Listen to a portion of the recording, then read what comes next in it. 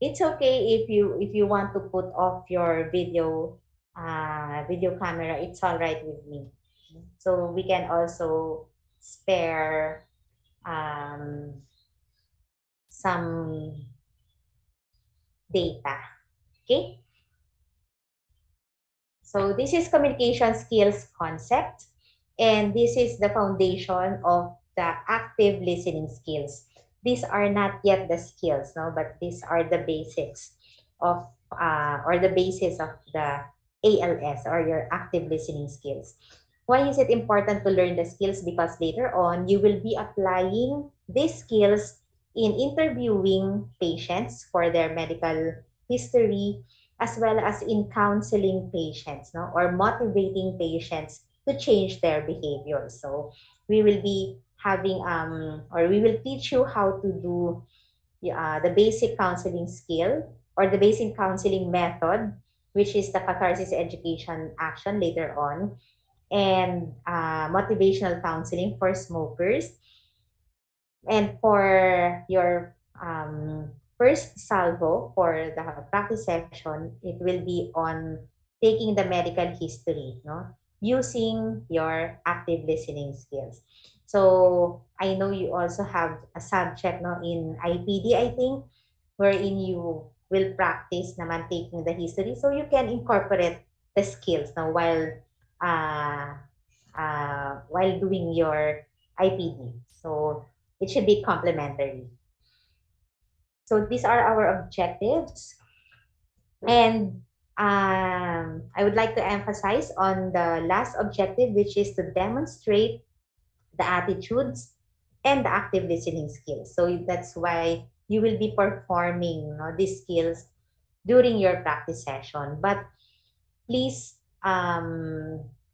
be mindful that it's not actually practice session on that day only. You should have practice before the session itself.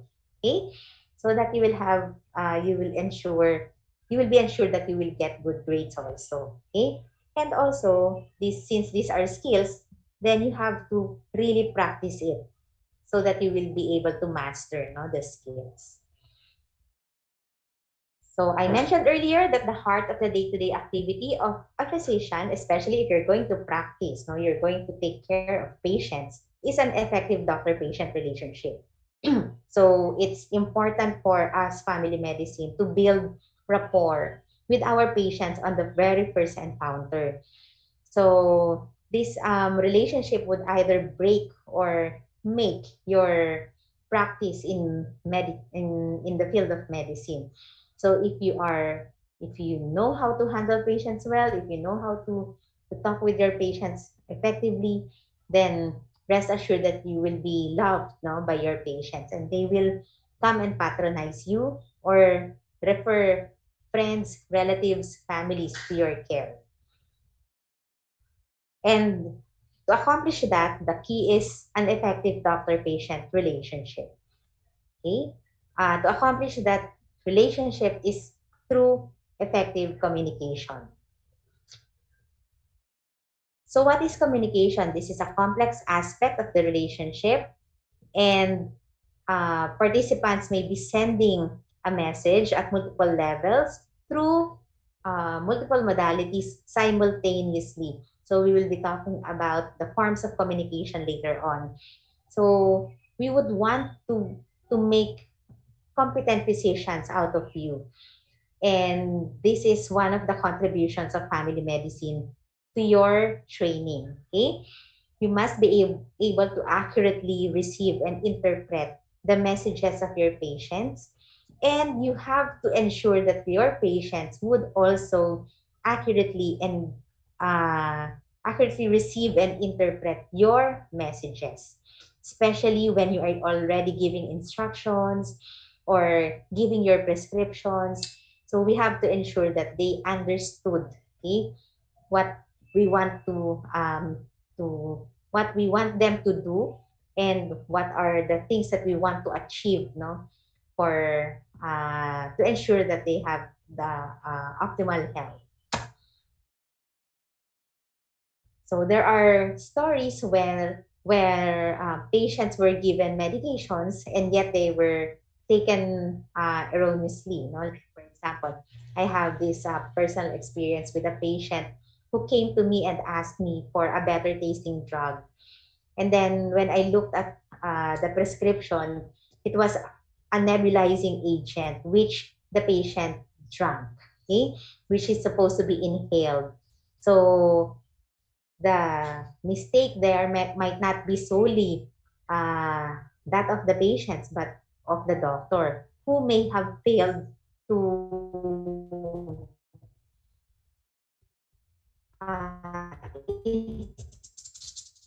instruct completely, the patient, or maybe the doctor did not ask if the patient understood the instruction. Sure that the patient understood your instructions very well. Okay. So the use of effective communication can assist doctors to provide better care of their patients. Okay. Some patients would even tell you, "Doc, merely listening to your voice already makes me or takes the pain, away, or makes me better." Okay. So communication is very powerful. Uh, so communication is a process through which information or ideas are conveyed, transmitted, or imparted by the use of signs, symbols, or words to achieve certain understanding or even changes in the behavior. So we want our patients to have a change in their behavior, especially if the behavior is not very good. Like, for example, you have a hypertensive patient who does not take the medications, his or her medications, adherently or regularly. So you want this patient to take the medications so that blood pressure will also be controlled, no? So we accomplish, now we use your effective communication skills, or we um, educate our patients using your skills, no? So that this patient would be able to understand his or her condition and later on be adherent to the management that you gave your patient. Okay? Regular follow-ups, um, proper nutrition, okay? Good physical activities, and adherent to the medications. So these are the functions of communication: establish relationship between the persons involved, impart new information. So these are our forte. We want to always share, something, with our patients. So we usually share knowledge, we share our expertise. And we know that some patients would, before they would be visiting the doctor, they would already have browsed through the internet. No? They have already consulted Dr. Google. And if the knowledge that they have gotten from Google is correct, then reinforce the knowledge. So it's true. But if the what they have, the information that they were able to read or gather is not the correct information, then we have to correct that also, no? And uh, impart, no? So the correct ones. Okay. So there are ways wherein we direct the receiver, no? So our the person that we are talking with, or for this case, our patients. So you won't want to change their behavior and their attitude, simulate thoughts. Okay, so we want our patient to think about their own health and their own condition, so that they will be also responsible for their own health. We want to provoke questions. No? We want our patients to ask us, should they have questions, so that if there are things that they want to be clarified, then they are they have this confidence now to ask us, because some patients would not really ask their doctors. They would just nod and say yes, and even if they do not understand what the doctor was saying, they will just nod their heads, no? Sometimes they will pretend. Okay. So you would want to ask them if they have questions or if they understood what we are talking about. And lastly is to reinforce attitude. So these are the elements of communication. We have the sender, the message, the channel of transmission, the receiver, and feedback. So all of these elements are important as well as feedback. So we allow evaluation of the interpretation of the message. So we need to tell our patients our opinion, and we also need to ask their own opinion about us, or about the medicine, or about the laboratory or diagnostic test, or even about our facilities, okay, or services. So these are the three forms of communication. We have the linguistic, paralinguistic, and non-linguistic. All forms can occur simultaneously.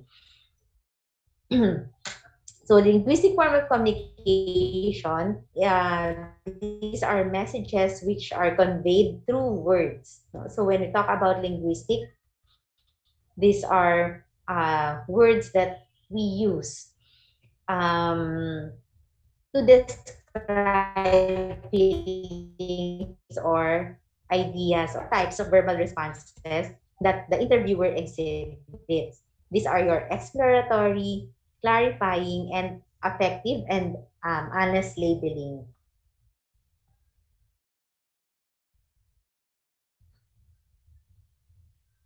Okay, so exploratory are open-ended responses that encourage a person to continue talking. Clarifying ensures that the message was received and allows a person to correct or check interpretation. While your affective, from the word itself, attends to feelings, attitudes, and values and fosters self-awareness. And honestly, labeling is speaking directly and honestly about the issues. So these are forms of communication. No? Later on, we will convert these forms of communication into skills. So these are guides to honest labeling. Of course, we would want to be as honest with our patients as possible, but we need to make sure that rapport has already been established, okay, before we disclose any diagnosis, for example, or before we give our feedback to the patient or our opinion. So the patient should be ready, or the person should be ready, and the words that we are going to use should shed light and not or contribute to misinterpretation. And it doesn't mean that if we are honest, we are going to speak brutally. Okay? So we have to share whatever it is that we want to tell our patients with compassion. Okay? And acknowledge that sometimes it can cause pain, no, or hurt, no, our patients. So we have to choose the words that we are going to use. And why is this so? Because words have varying degree of precision and conscious awareness. And sometimes when we use a word, it may be interpreted differently by the receiver. So, and if that happens, then miscommunication occurs. Okay? So we have to make sure that what we intend, or the message that we intend, will be received accurately by the receiver of the message. So remember that a word that we use have two meanings. First is the denotation or the dictionary definition of the word, and the other is the connotation, which are the different meanings or images or feelings now associated to that word, which may not be strictly part of the formal definition of the word. Okay? That's why it's important for us now, doctors, to remember to avoid these words, no? The slang words, euphemisms, and medical jargons. Slang words because not everybody can understand slang words, okay? Euphemisms because they carry out a lot of connotations, while medical jargons may convey concepts that are not understood, or the patient may have difficulty understanding. So we cannot really, we as if we can find layman's term, no, to the diagnosis, then that will be better. But if not, then we can explain further what it meant. Okay, like for example, your patient is complaining of chest pain, and then you found out that the patient has angina pectoris. You will not tell the patient that the patient has angina pectoris, no? Or you can say that also, but you have to explain what it is. Okay, so you can tell your patient, I think you have angina pectoris. So angina pectoris is the pain that we feel when the heart is having problems. No, so that would be better understood by the patient than just simply saying you have angina pectoris. Okay, or for example, the patient, your diagnosis is costochondritis. You cannot just tell the patient you have costochondritis. You have to explain what it is. So your joints or your bones are inflamed, no? That's why it causes pain. Okay? So if we cannot find a layman's term, then you have to explain what it is. Euphemisms, sorry, I have to go back. Euphemisms, examples of which is tumor. Okay, some patients would think that tumors are all malignant. Okay, so instead we have to tell the patient that there are also benign masses or benign tumors, so that they will not feel anxious, no, about the term. Okay, and misinterpret the mass that they feel or the lump that they feel in their body is already malignant. All right. So you have to uh, educate the patient about this. Okay, next is your paralinguistic form of communication. And these are non-word messages conveyed through speech. So these are your intonation, pacing, your sighs and grants and pauses. Okay. Um, Sometimes a person would stop talking, no, because of maybe overwhelming emotions. And the best response is allowing a few moments of silence. So this few moment of silence is also a skill. Okay, it's actually one of the most difficult skills to perform. No, so later on, we will know more about attentive silence or giving a few moments of silence.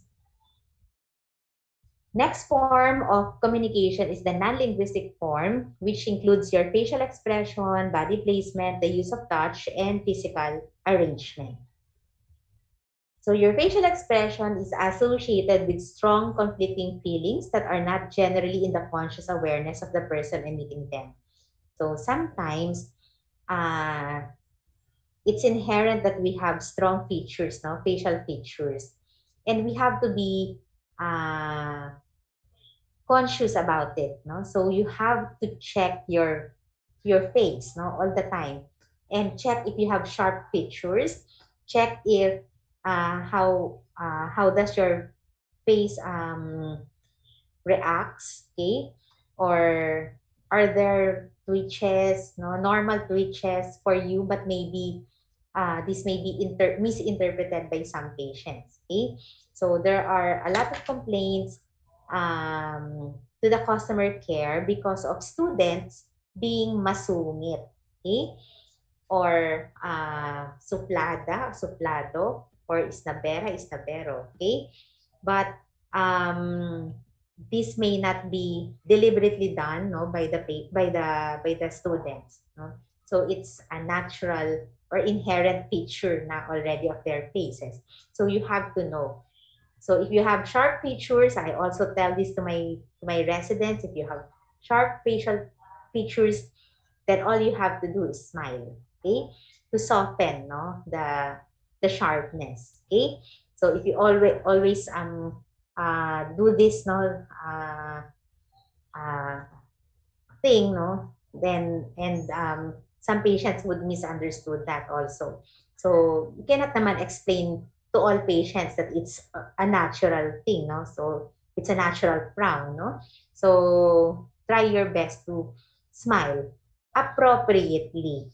Okay, so your facial expressions should be appropriate also. Um, some patients are already crying and then you are smiling, so that's not appropriate. Okay, so make sure that your facial expressions are appropriate. Okay, next non-linguistic form is your body placement. Okay, so this is very important nowadays, no, because of the pandemic. So you have to maintain your personal space, which is about 3 feet in front and 1 foot behind. So this would allow mobility, um, flexibility, no, or movements while you are in that personal space, no? It can allow you to bend forward or lean forward, move backward, side and side to side. Okay, even your patient would be able to do that, no? And also for safety reasons. Okay, some patients would become violent, no? They can get your hair, no, or slap you in the face. So at least you have the 3 feet personal space. And of course, because there's pandemic, then the droplets might be able to infect you. No? So it's very important that you maintain your social distancing. All right.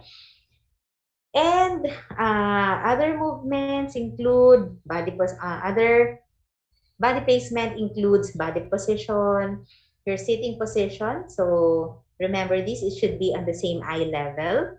Okay, so not because you're a doctor, you have to be on top, no, of your patient, or you are standing and your patient is seated. You have to be on the same eye level. Okay, and then there are parallel movements and complementary movements, which would convey understanding and also challenge, not to the patient. Okay, the use of touch includes your handshake, your gentle touch, or whenever you are going to perform your physical examination to your patient. So just be cautious when performing physical examination, especially if you are going to check on the intimate body parts of your patients. No, you have to ask for assistance, no, from a male colleague, a nurse perhaps, or another doctor if you are a female doctor and you're examining a male patient, or if you are a male doctor and you are examining a woman. No? So always um, err on the safe side. No? So you ask help. Okay? So as to avoid uh, physical, what do you call that? Physical abuse, something, or sexual abuse um, problems. Okay. Okay. Next non-linguistic form of communication is your physical arrangement. So it's the totality of your facility. Okay. So it includes the cleanliness and sanitation of your clinic or the hospital, the dividers and curtains. Make sure that confidentiality is um, observed. Temperature of the room, not too cold or not too hot or warm. The lights, no? Noise control, so you have to control also the voices or the your staff, no? Sometimes they are very noisy, no? So we have to get their attention also. Scent and odors, no? Table and chairs, your gadgets, no? The gadgets that you use, and of course the games that you play, no, while talking with the patient. So it's a no-no, okay? And others. Okay, so those are the different forms of communication. Again, these are your linguistic, paralinguistic, and non-linguistic forms of communication. Now, we are going to apply those concepts into the process of communication along with the attitudes, okay? So remember that every communication process has two components, which are your cognitive and your affective or emotional tone. So the brain and the heart. No? So both should be working together and should be recognized at the same time. Okay. So you ask your patient what the patient is thinking about. You ask also the patient how he feels or what he feels or how she feels. Okay. So this is the approach of a family medicine specialist, not to care. So this concept was first introduced in 1970 by Dr. George Engel, and this is the biopsychosocial approach model. So you're going to see here that there is an intersection, no, in the biological factors affecting or causing the illness as well as the psychological and sociological factors affecting the condition of the patient or the disease.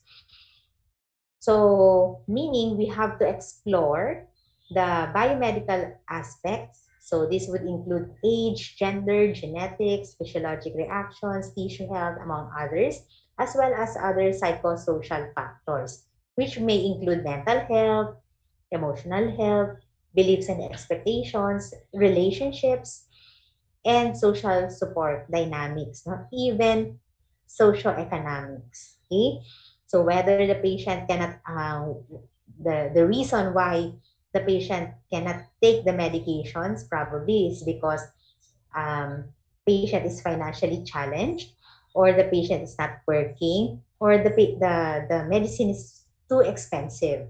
Okay, so which led to the non-adherence of the patient.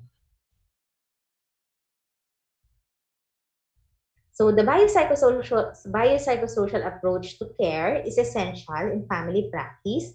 So very seldom that you will see a family medicine practitioner not incorporating the biopsychosocial approach in their care. And this can be used in the day-to-day practice of a family physician. And now we are sharing it with you. So whether you become a family medicine specialist yourself, or you become an internist or a surgeon, a pediatrician, an OB-GYN specialist, we have to at least try to use the biopsychosocial approach to better understand your patients. So, a biopsychosocially oriented physician is concerned with the diseased organ and more. Okay? So, we also explore the patient's feelings and perceptions about the illness, the manner in which these feelings and perceptions and the disease itself interact with the larger family, community, and cultural system. So, it's the whole package. We take care of the individual, we take care of the family of that individual, and we also can take care of the community where that individual belongs to. Okay, so remember the community can also affect the patient's condition. Okay, so especially if you're going to be a municipal health officer or a provincial health officer or a doctor to the barrio, no, then you will be dealing with a lot of people, no, usually the community people. Okay? That's why we need to be able to communicate not only with just one patient, not only with the family of the patient, but with a bigger population, the community. And this is the PFC matrix. Okay, so the PFC matrix is um, a type of it's actually the framework of how a family medicine specialist takes care, no, of the patient, the family, and the community. So PFC stands for patient-centered, family-focused, community-oriented. So we not only understand the where the patient is coming from, but also where the family is coming from. So the perception of all members of the family or even the bigger community. Okay? So we have to know what everybody thinks actually, no? So parang marites lang yan. Okay? Dapat alam natin lagi ang latest. Okay? There. But of course, you have to be professional about it, no? You don't get what's the latest and then tell everybody what you have talked about. No, so no, we have to completely assure the patient that that the patient can confide in you, and everything that the patient will tell you will just be confined in that small room. Okay, so it's just between you and the patient. No? So confidentiality. Yeah. Now, we have the active listening skills. Okay, so we are now going to apply the concepts now with the skills. Okay, so your ALS or your active listening skills direct the physician to focus and give attention to listening. Okay, so doctors do not only talk, we also listen. And it's very important that we listen. Why? Because not everything is written in the books.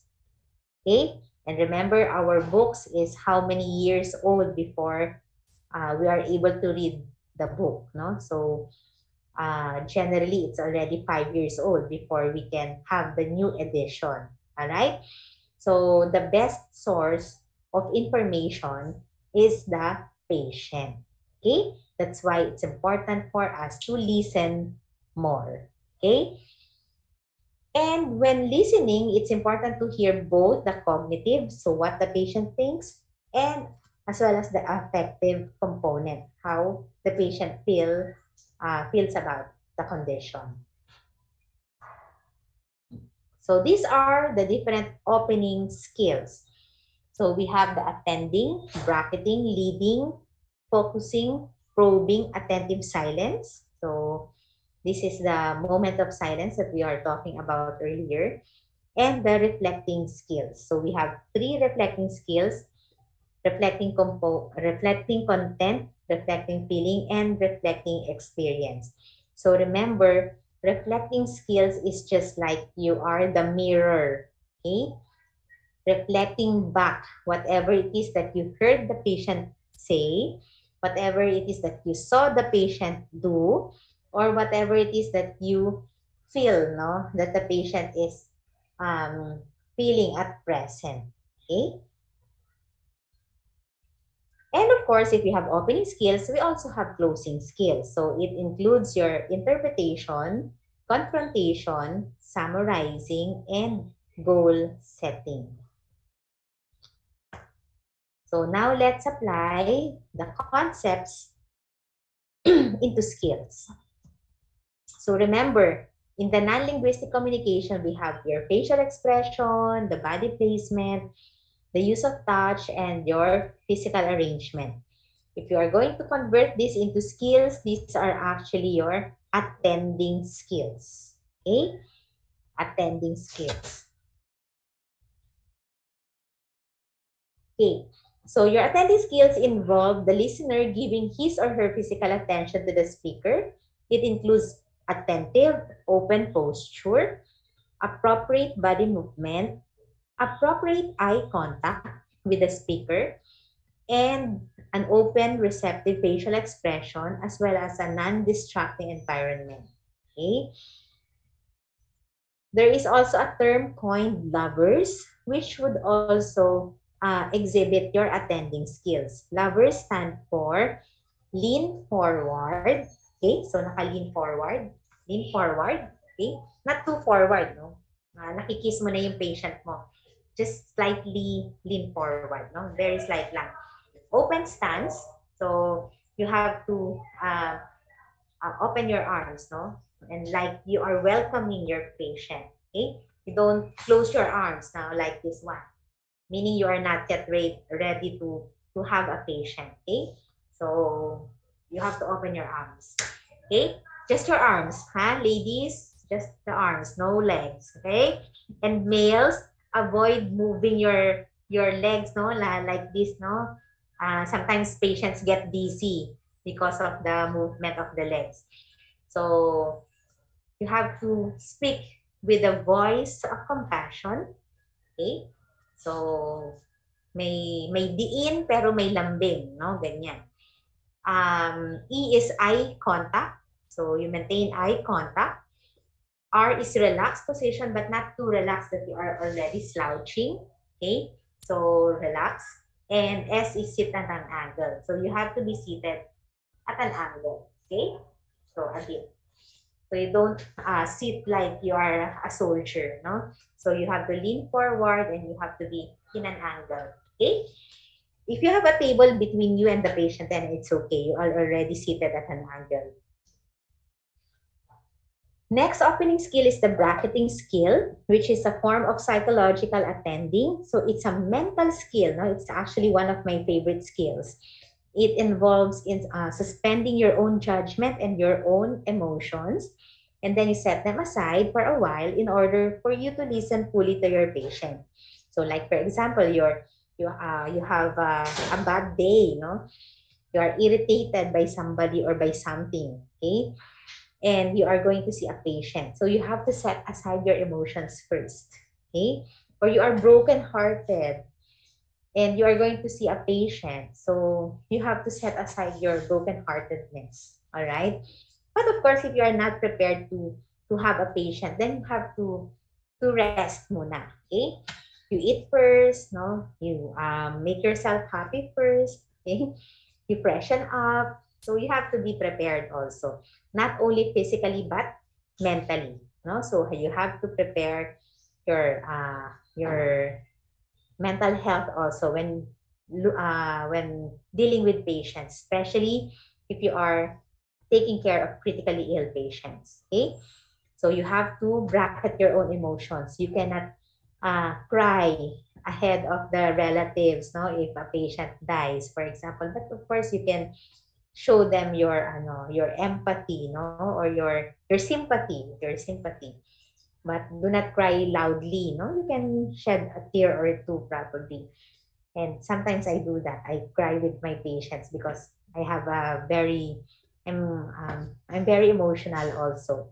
But don't cry first, okay? So I have mastered that skill through time, no, not to cry first. So or sometimes I look back, okay, or I turn around, no, or I leave the room and then cry somewhere else, okay.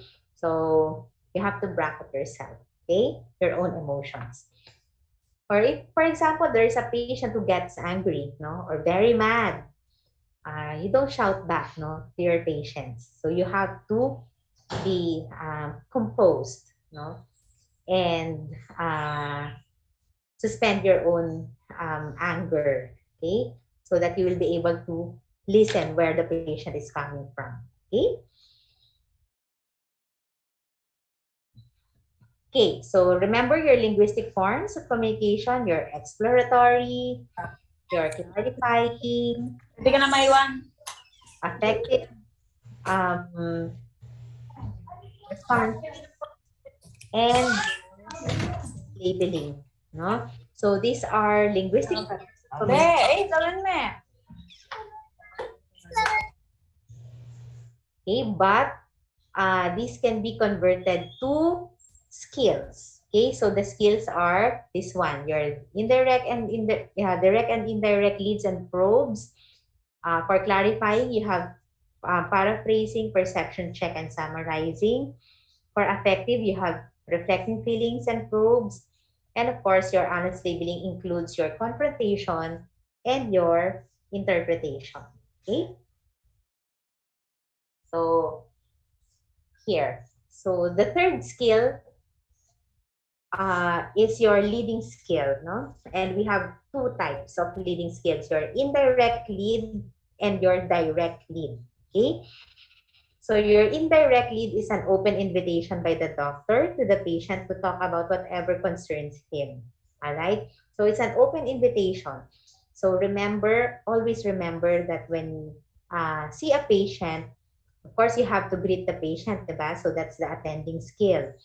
And then you can shake the hands of the patient, okay, that's also an attending skill. But when you ask the patient, uh, let's say, what can I do for you, or what would you want to talk about, or what brings you to the clinic today, then you are inviting the patient to talk about whatever concerns him, okay.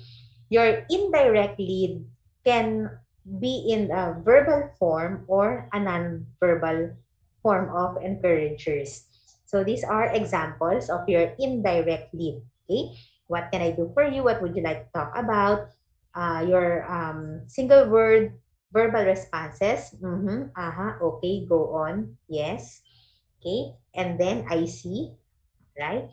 Or your nonverbal encouragers like nodding, smiling, or your simple eye contact. No? So this would all allow the patients to talk about whatever concerns him or her or continue talking.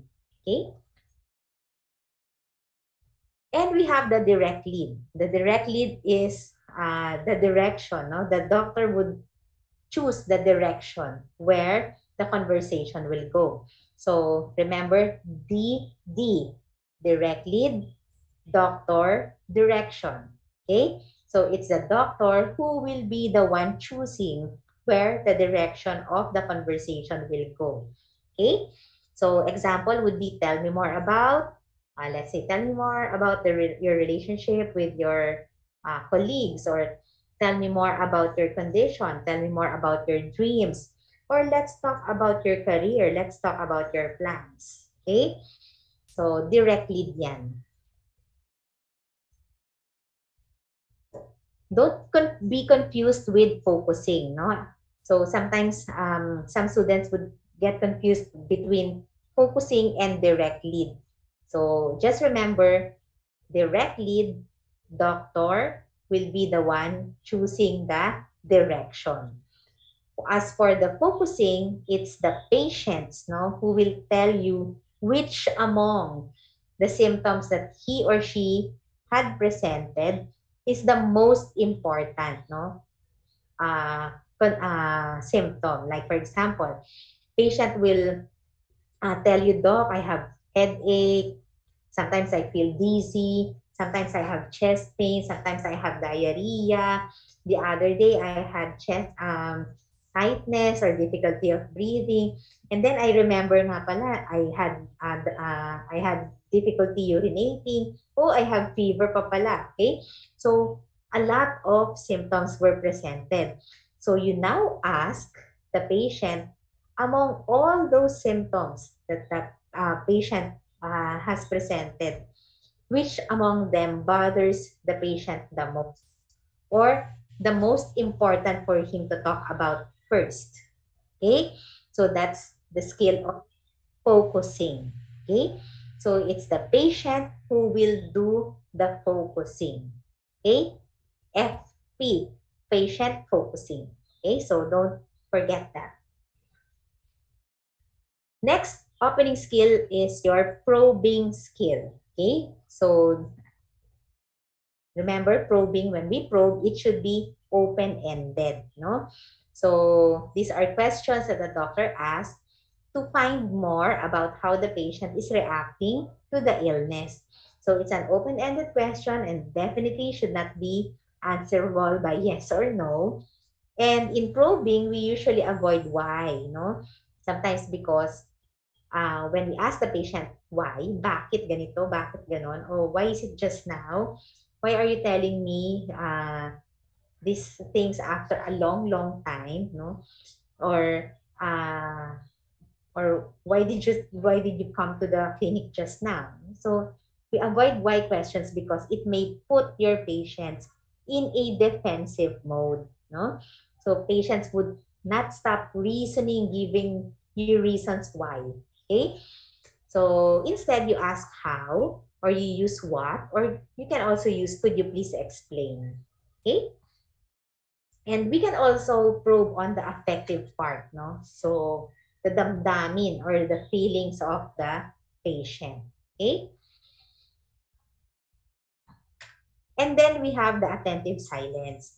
So I mentioned a while ago that this is one of the hardest skills to master because we often feel uncomfortable with silence. No, that's why we sometimes say, ay, may anghel na dumaan. Okay? So we have this compulsion to fill in the silence. Okay? So, but there are times when silence is the most appropriate response. And this is when the speaker is searching for a response, nag-iisip pa siya kung ano sasabihin, or the speaker is emotionally distressed, sobrang lungkot, sobrang galit, okay? Sobrang nag-aalala, sobrang anxious.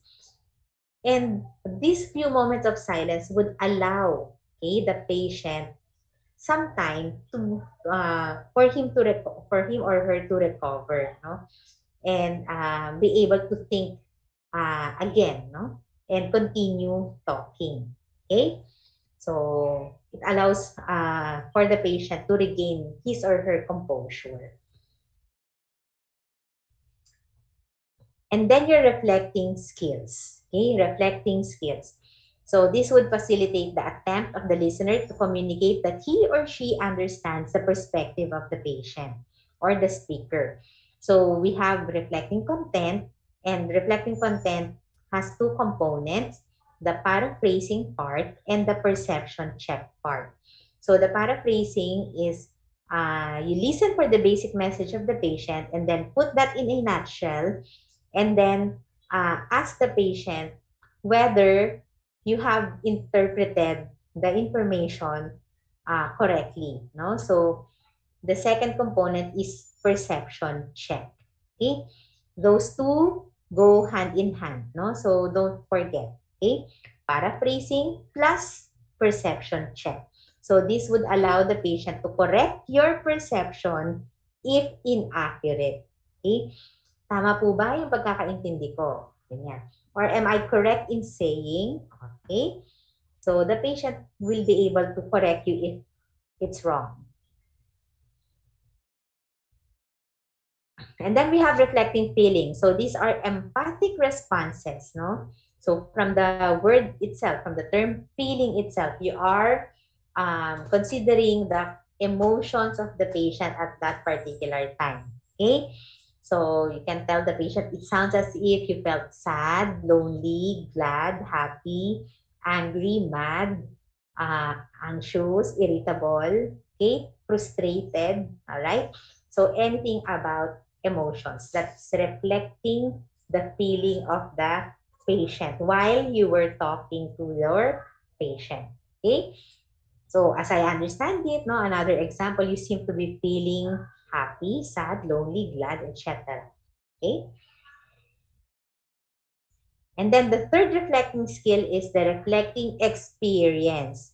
So don't be confused, no, with the three reflecting skills. Reflecting content, whatever it is that you heard that the patient tell you or the patient told you, then you have to put that in the basic, the basic message in a nutshell, and then ask, no, perception check if you understood it correctly. Next is the damdamin, emotions, or reflecting feeling, whatever it is that the patient feels, no? So the emotions. And then this one, reflecting experience. If you saw some gestures like closing and opening, no, of hands, or if the patient keeps on looking at the watch, okay, or keeps on looking at the door, or is uncomfortable in the chair, it keeps on moving, standing up and then sit down. Okay, so, or if you see that the patient frowns, okay, so these are all gestures or non-verbal behavior, no, which may mean something. Okay, that's why we ask if uh, if there's a meaning, no, attached to the gesture. So this is an example, no? So this is a patient who had an MI or a myocardial infarction, and then he was talking to the doctor. So the patient told the doctor, Doc, I really love my wife. She does many things for me constantly. She reminds me of my medicines. She sees to it that I get to sleep early. She passes about my food. She keeps track of where I am all the time because she said that she's worried about me. Sometimes, though, I can't breathe because of all these things. Okay? So that is the message of the patient.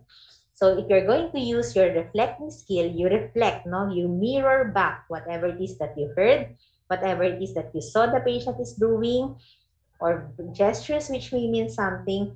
or what is the emotions of the patient at that particular time, then you have to reflect that back to your patient.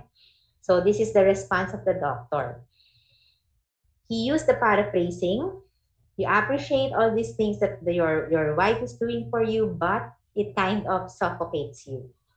Okay, so that's the basic message, paraphrase. And then you ask, is that right? Okay, to confirm if you understood it well. Okay, so that's perception check. And then you reflect the feeling. You appreciate your wife's attentiveness, but it somehow irritates you. Okay, so the feeling is irritated. And then you reflect the experience while you were talking about your wife. I noticed that you were clenching and unclenching your fist. What do you think that could mean? Okay, so that's the gesture or the nonverbal uh, um, activity, no, that your patient had been doing, which may mean something. So you reflect, no, the experience. Okay, clear so far? Are there questions at this point? Wala po. None po. Okay, good. So remember this, in the first half of the patient-doctor encounter, the doctor should bring out the perception of the patient and frame of preference, no? So where the patient is coming from. You see the situation from the patient's point of view, okay? And then you help the patient be aware of this perception. Ito yung nararamdaman mo, ito yung iniisip mo, ito yung nangyayari sa'yo. Okay? And you help the patient understand how such a perspective results in the symptoms, feelings, and behaviors which the patient experiences. And because of this, ito yung nararamdaman mo. Sumasakit ng dibdib mo, your blood pressure goes up, your blood sugar level goes up, you cannot sleep, etc. No? So it's our responsibility now to communicate this to our patients. Okay? Because usually the perception of the patient or the point of view of the patient is distorted, no? Or unproductive, or uh, uh, sometimes it's exaggerated. That's why we need to correct them. Okay? So it's now our role to challenge the distortion and incongruence with reality. And we can achieve this using your closing skills. Okay? So your closing skills include your interpretation, confrontation, summarizing, and your goal setting. So the second half of the patient-doctor consultation, it is now our time to shine. Okay? Ito pa lang yon, yung tayo, naman ang magsasalita. So we are the ones who will talk this time, and your patient will be the one listening to you. Okay? Para mas clarify, no? Mas maliwanag yung um, yung mga nagaganap, no? Yung nangyayari, yung condition ng patient. Okay? So we have to correct, okay, the misinterpretation or the misperceptions of our patients, okay, about their condition. So we have your interpretation, and it can be in three forms: your interpretative statement, question, or fantasy or metaphor, and your confrontation. You challenge the discrepancies, distortions, or your feedback and opinion can be forms of confrontation. So interpretation is actually sharing hunches. So this is our differential diagnosis, or probably our primary assessment, or working diagnosis, or working impression. No? So this is what happens, no, to the patient when we tell the patient what is happening to you, or what your condition is all about. So this is interpretation. Okay? But sometimes you can also ask the patient to interpret, no? So we can see, no, or check if they truly understand, no, their condition. Okay? But sometimes patients would come to us with their own Google, okay? So like for example, Doc, I read in Google, I already have acute tonsillopharyngitis, no? So some patients would come to us na may ganyan na siyang perception, okay? Or sometimes they will tell us, Doc, mukhang COVID na to, ganyan. Or Doc, mukhang ina-atake ako sa puso, okay? I'm having a heart attack. So based on what the patient read no, from Google. Or sometimes, Doc, na po, I have cancer. Kasi ito nabasa ko kay Google. Okay? So we have to correct no, that, that misinterpretation or that perception, rather, okay, of the condition. Okay, so it can be in a declarative form or a statement. It can be in question form to make it less risky, or it can be by the use of metaphor or fantasy. So like for example, a hypertensive patient who has high blood pressure, no, uncontrolled blood pressure, and the patient wouldn't want to take medicine. So we can use an inanimate object, no, to demonstrate to the patient what's going on. So like for example, oh, you're like with that blood pressure, you are like a time bomb ready to explode anytime. Or you are like a new car which doesn't have gongs, no, or any noises. But later on, as the car ages, then the machine would be damaged. No, there will be a lot of noises. The brakes will also become faulty, and a lot more. No, changes may happen if the car gets old. Just like us, when we get old, our organ systems would also be deranged.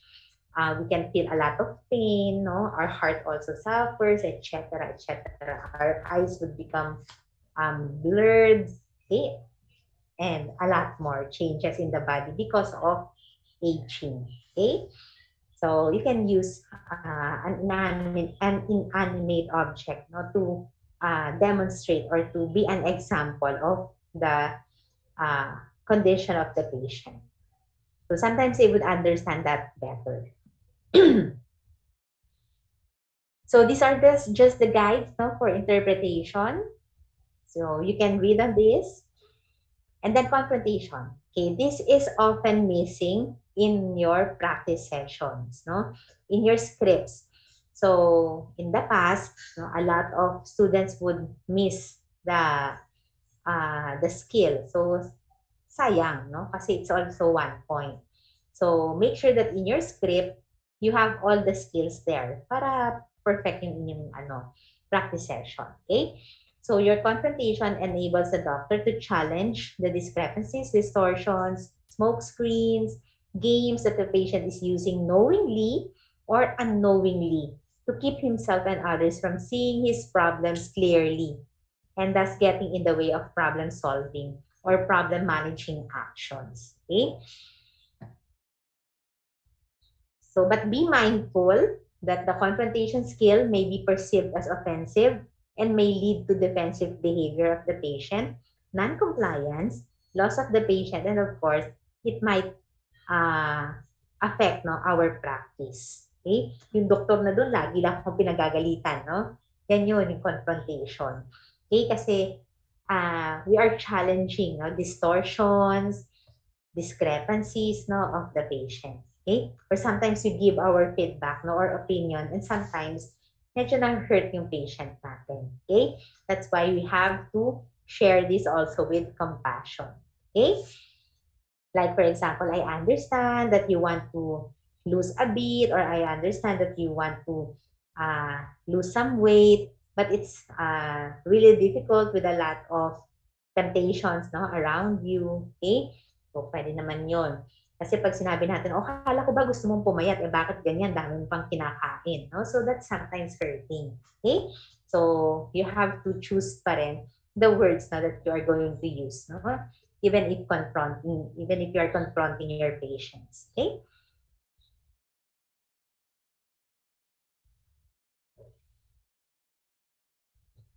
Okay, so we also we also challenge distortions. So especially for some patients who cannot face the situation as they are, and they sometimes distort it in various ways. Sometimes they role play a lot, no? They can talk about their neighbors, talk about other family members, but not really divulging directly, no, their condition. Okay, that's why, like for example, no, I need to continue smoking kasi I have to stay awake, no, for that so that I can um, earn a living, no, for my family. I can get if I get a lot of customers, then I will be able to have more additional money, etc. So I don't want to quit smoking. Okay, so you can confront, no, your patients, like you said that your family is important for you and you are working very hard for them, but don't you think you need to take care of your own health too, so that you will be able to take care of your family. Okay, so that's confrontation. All right, feedback and opinion. So of course this is what we feel, no, about the situation. Like for example, if you have an obese patient, no, and you want to give your opinion, no, then you will tell your patient, I think you know that obesity is already a risk factor for cardiovascular events. And in my opinion, you have to lose this much weight. Okay? So, pag ganun, medyo light lang sa patient. So, pag medyo brutal, uy, magpapayat ka na, kailangan mo nang pumayat kasi taba-taba mo na. No? That's opinion also, but it's not nice to hear that kind of talking. So, you have to share, no? Even if you're confronting or giving your opinion or feedback, you have to share that with compassion. So, like in honest labeling. No? So, remember the guides in honest labeling. Okay? So these are also guides in giving feedback. So again, the patient must be ready. So rapport has been established. And remember that you have to give feedback about the behavior or the activity and not about the person. Okay? So like for example, um, nagsungit. For example, nagsungit yung JI or yung junior intern o kaya yung patient. Sabihin na natin, yung patient may ginawang mali. So, pwede mong sabihin na, mali kasi yung ginawa mo. Okay? So, you are giving feedback about the action. Rather than saying na, mali ka kasi. Okay? So, kapag ganun yung statement mo, then you are giving feedback about the person. So, kapag ganun, away. Okay? Nagkakagulo. So, to avoid that, then you have to give your feedback about the behavior, no? The activity or the act, not the person. Okay? Yan. And syempre, give positive feedbacks first. Medyo maganda sa pandinig, no? Before the negative ones. And then you wait for the reaction of your patient, no? Or the person you're talking with with regards to your feedback. Okay? And then summarizing. So this involves tying together into one statement several ideas and feelings at the end of a discussion of interview. Sometimes then the students miss this one. So sayang again yung 1 point. Okay? So 1 point sa confrontation, 1 point sa summarizing, o di 2 points na agad yun. So make sure that before you let go of the patient, you summarize what you talked about. The important details lang. Oh, we talked about you were experiencing this, and this, and now we are going to give you this and this. I'm requesting for this laboratory test, and I would like you to come back. Okay? So, do you understand that? Or you have questions about it, etc. Okay? So, summarizing. So, before you let go of the patient, do the summarizing. You can also allow the patient to do the summarizing. No? So, you can also check whether the patient understood, no, what you really talked about. No? So, pwede rin yun. Paki-summarize nga po yung pinag-usapan natin. Or can you do the summarizing for me? So, or can you tell me the important details of what we have talked about? So, pwede rin yun. And these are guides for summarizing. And of course, don't forget your goals, no? So, the doctor may set the goals, but it should be affirmed by the patient. No? So remember that it should be tailored fit, not to your patients. Okay? It should be measurable, should be specific, realistic, hierarchical, desired by the person, and it should be evaluated as often as possible. Okay? So like for example, our goal po ha, in 2 weeks time, you should have uh, your blood pressure should be controlled. Your blood sugar level should be this high na lang. O kaya naman, your cholesterol level should be normal after 1 month or 3 months. Okay? So, goal setting yan. Alright?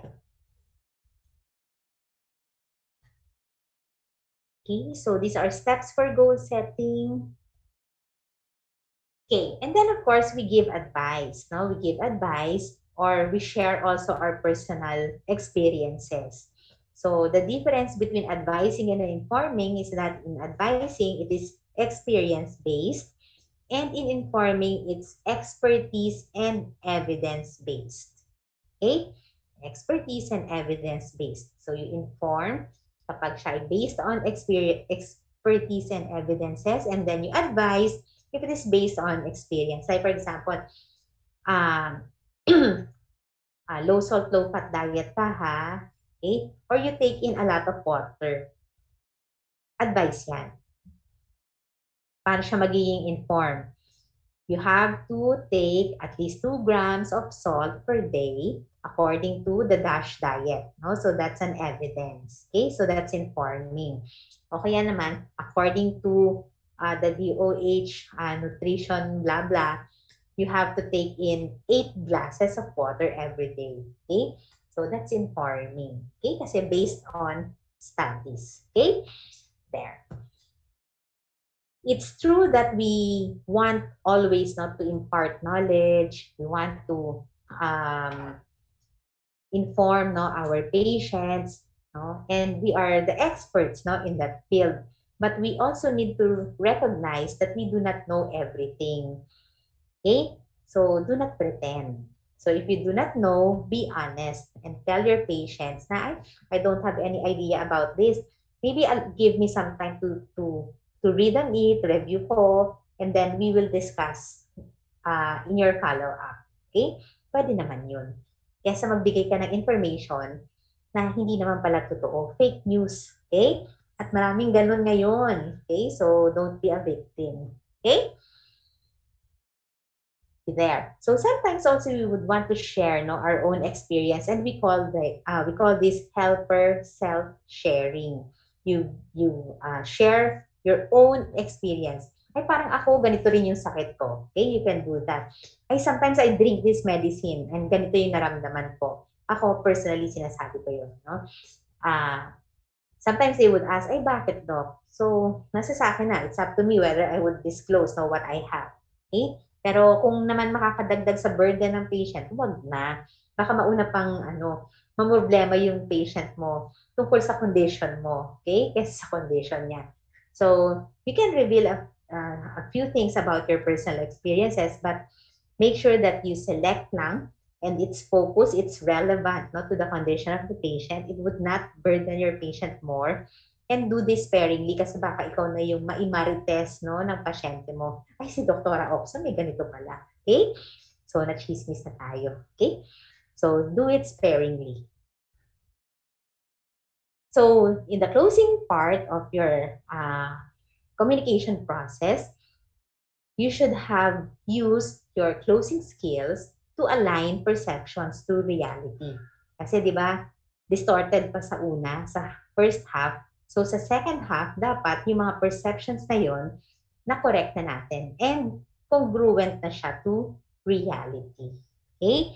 So, the latter half of the consultation process, the doctor should have helped the patient see the situation from a more realistic point of view. and that the doctor should have helped the patient set reasonable goals toward the resolution of his problem. Okay? Sometimes you can also ask the patient, kung anong goal natin? Okay? So, sabihin ni patient, ay doc, gusto ko muna ganito, ganito. So, you have to agree also. Okay? So, mag-compromise na. Pag hindi feasible, then you have to correct. Ay, hindi pwedeng 3 months na tapos 160/90 pa rin. Hindi pwede.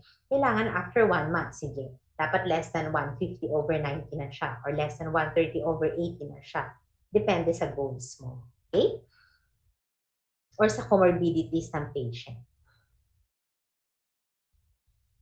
So those are the skills. Do you have questions before we proceed with the attitudes? Nakompleto na natin yung skills. We have na the opening and the closing. So may questions ba? Wala po. Okay, so let's proceed. So there are 3 attitudes that I would want you to have, no, and remember. And I take pride in saying that this is based on research that FEU graduates have these 3 attitudes, no? So, ang feeling ko, nag-contribute ako dun sa mga attitude na yon. Okay? So, we have 3. Genuineness. Okay? This is being honest and open about feelings, needs, and ideas. So, you just have to know what you know, no? You are aware of who you are, what you are, and you can accept that, and you can express that, no, to other people. Okay? That's being honest. Ay, hindi ko po alam to. Aalamin ko po muna. Tatry ko po muna aralin, etc. Okay? And then you can share that with your patients. Okay? Unconditional positive regard. This is choosing to believe that there is something good in the person regardless of the external qualities. Okay? Kahit gaano pa ka-negative yung mga features ng patient or ng kausap mo, still you see, no, the goodness in that person. Kahit sigaw na siya ng sigaw, sinisigawan ka na, nilapastangan ka na niya, okay? Pinagsabihan ka niya ng hindi magagandang salita, still you have to see the goodness in that person and think na, baka may pinagdadaanan lang ito, no? So you bracket your own emotions.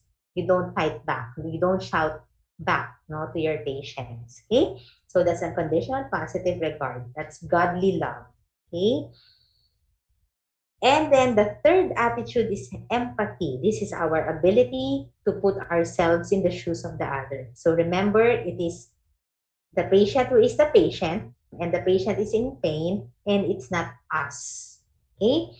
So, pero if you are also in the middle of something, then you shy away muna from having patients. If you are not mentally and if you are not emotionally stable, no? So, pwede naman you rest for a while. Ay, sandali, hindi pa ako naka-recover sa nangyari dun sa pasyente ko or something. I'll take a rest muna. Okay? So, pwede naman yun. Okay?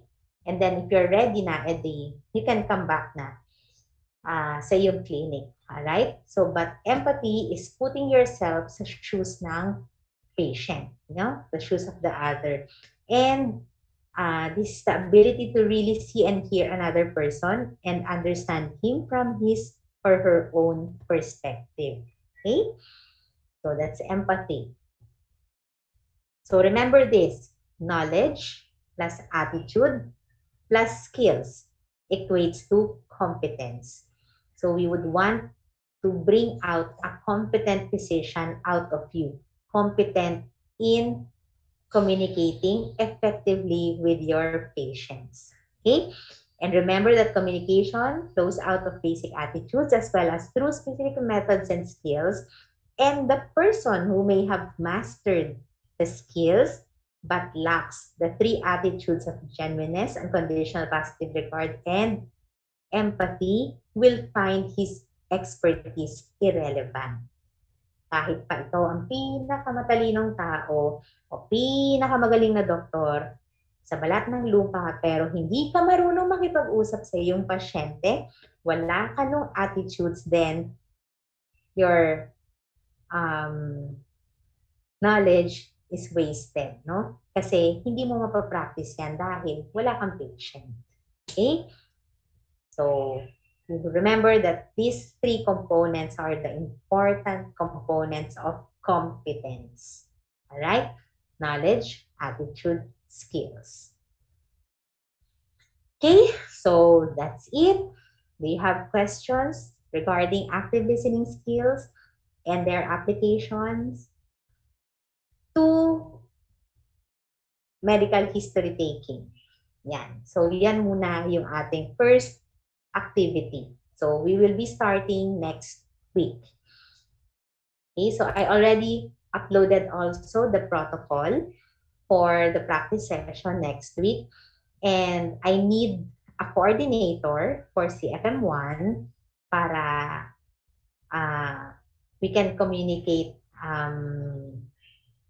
more fluidly, no? Mas madali kasi mag-communicate kapag isa lang ang kausap, and then the coordinator will disseminate the instructions.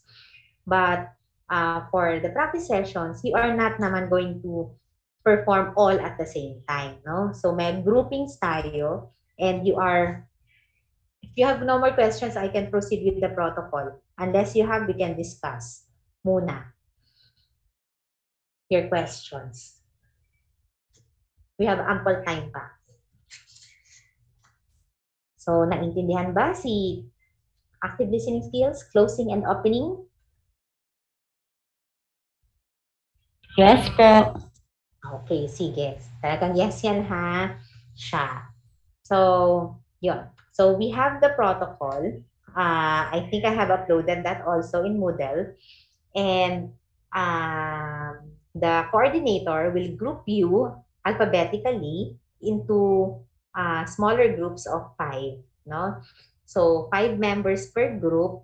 And then the protocol has their 5 cases which you will be distributing to each member of the group. So, round robin tayo. You will be graded as the student doctor. So, kailangan natin marinig from you yung paggamit ninyo ng active listening skills in medical interview. So, yung napag-usapan natin lahat. And doon sa checklist, kada isang skill, isang point. Okay? So, kung na-miss mo yung skill na yon, wala kang point. Siyempre. Okay? So, make sure that your scripts have yung skills na yon appropriately used. Ha? Andun nga yung skill, hindi naman tama yung paggamit. Hindi rin tama yun. Okay? So, you can read your scripts but not all, not in totality. You can glance lang sa inyong script kung medyo nawawala na kayo sa script. So, pwede yung balikan. Pero hindi yung pwedeng basahin. Okay? I encourage you to role play in Tagalog or Filipino as much as possible. Taglish, okay na rin. Okay? So, you will be graded as student and as an observer. Okay? So, yung observer will be the ones as answering the questions. Alright? Yeah. And then what else? So, very simple lang yung cases. You read also on the cases para you can ask for the right symptoms. Kasi kung hindi yun yung babasahin yung cases, then you might be asking the wrong questions, or you might be educating the patient na hindi tama, no? So, we are giving misinformation, no? So, hindi maganda yun. Like, for example, I have one student, sabi niya, nagkakaroon ng, sabi niya, ano ba kasi sabi niya? I think hindi niya ina-expect yung tanong ng kaklase niya. Like, sabi ng classmate niya, ano yung urea? Sabi niya ganon. And then the student answered, ano yun? Meron kang urine sa blood. So, syempre, hindi yun ha. So, basahin nyo. Okay? Basahin nyo yung case para may tanong, o kaya, i-prepare nyo rin yung sarili nyo sa tanong ng kaklase nyo. Pag-usapan niya, uy, tanong mo ito ha, tapos babasahin mo na kung ano yung tanong. So, scripted nga di ba? Para yung sinasabi natin, tama din. And nare-retain din sa atin yun. No? So, natututo din tayo even if practice session lang siya. Okay? Yon. So, ano pa? I think your practice session is 20%. No? 20% of your final grades. Kung hindi ako nagkakamali, wait, I will check.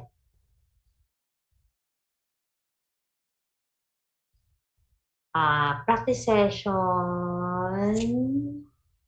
is, saan yung 30, 30, 30?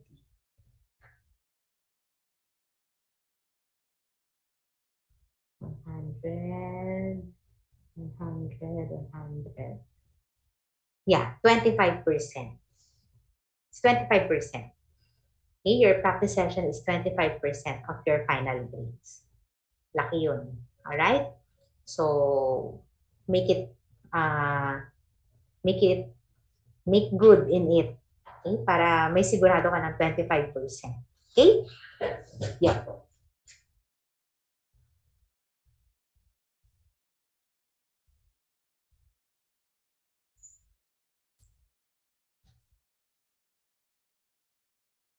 Okay? So, do you have questions?